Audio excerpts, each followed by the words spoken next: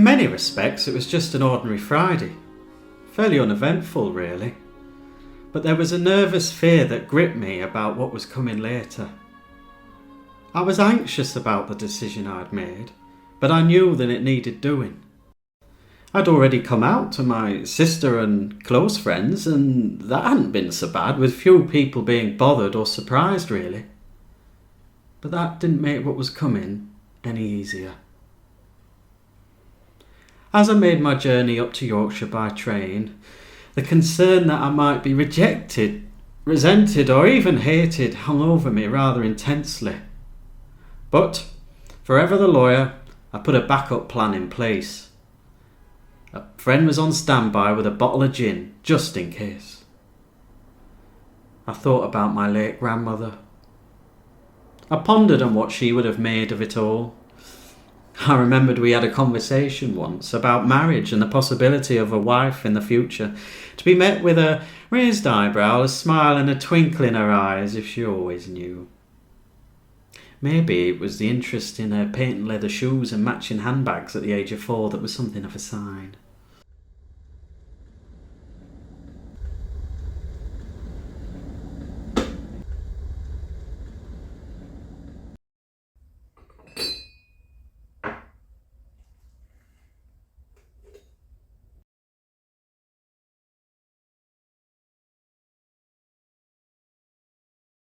When I reached home, Mum was waiting to greet me and Dad was doing the garden.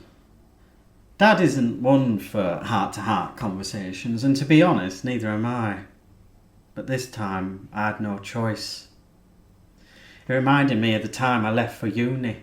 Mum had clearly directed him to have the talk with me whilst packing the car. "Now listen, son. If you're ever in that situation, be sure to use protection." Well, the look of horror on my face and the red on his said it all. All a bit awkward while packing the hi-fi, really. He turned to Mum to confirm the deed had been done, and she scuttled back indoors. That was sex education, Yorkshire style. But the recollection made me think about how they would handle what I was about to tell them. I asked them to come into the front room, and it's only when I'd done it I realised I'd chosen the worst possible moment. It was 7:30 and Coronation Street was being broadcast to the nation. I had news, big news, a big revelation, but so did the Barlows. Oh, a gripping moment in the Rovers' return, fisticuffs between Ken and one of Deirdre's lovers. I have to confess, I've never quite understood what siren powers that woman possessed to attract so many men. Oh, how could my revelation compete with the horrified look on Emily Bishop's face over a port and lemon? I have to confess, I am taking a lot of poetic license here. I can't remember the actual storyline. It was probably some boring exchange between Rita and Norris over the paper rounds.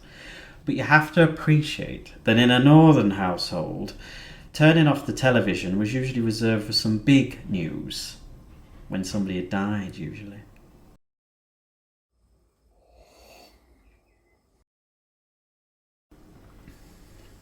In the end, I rather blurted it out.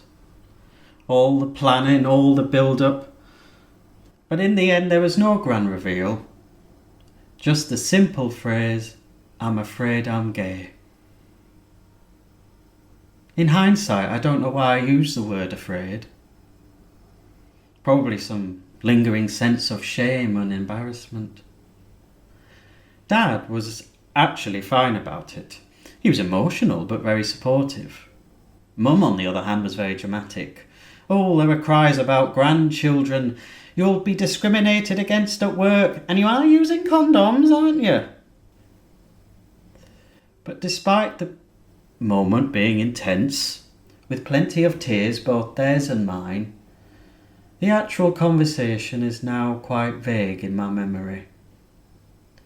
And once the emotional roller coaster was over, things went back to normal in that quintessentially British way. Ken and Deirdre continued to worry about Tracy's A-level results, and Mum, Dan and me went off to Helmsley for an ice cream. But if I could go back and do it all over again, it would have been nice if someone had just checked in with me.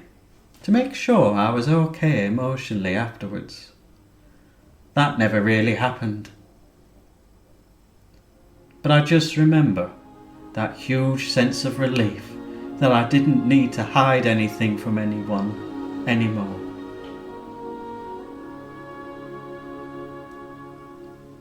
Keep calm and carry on.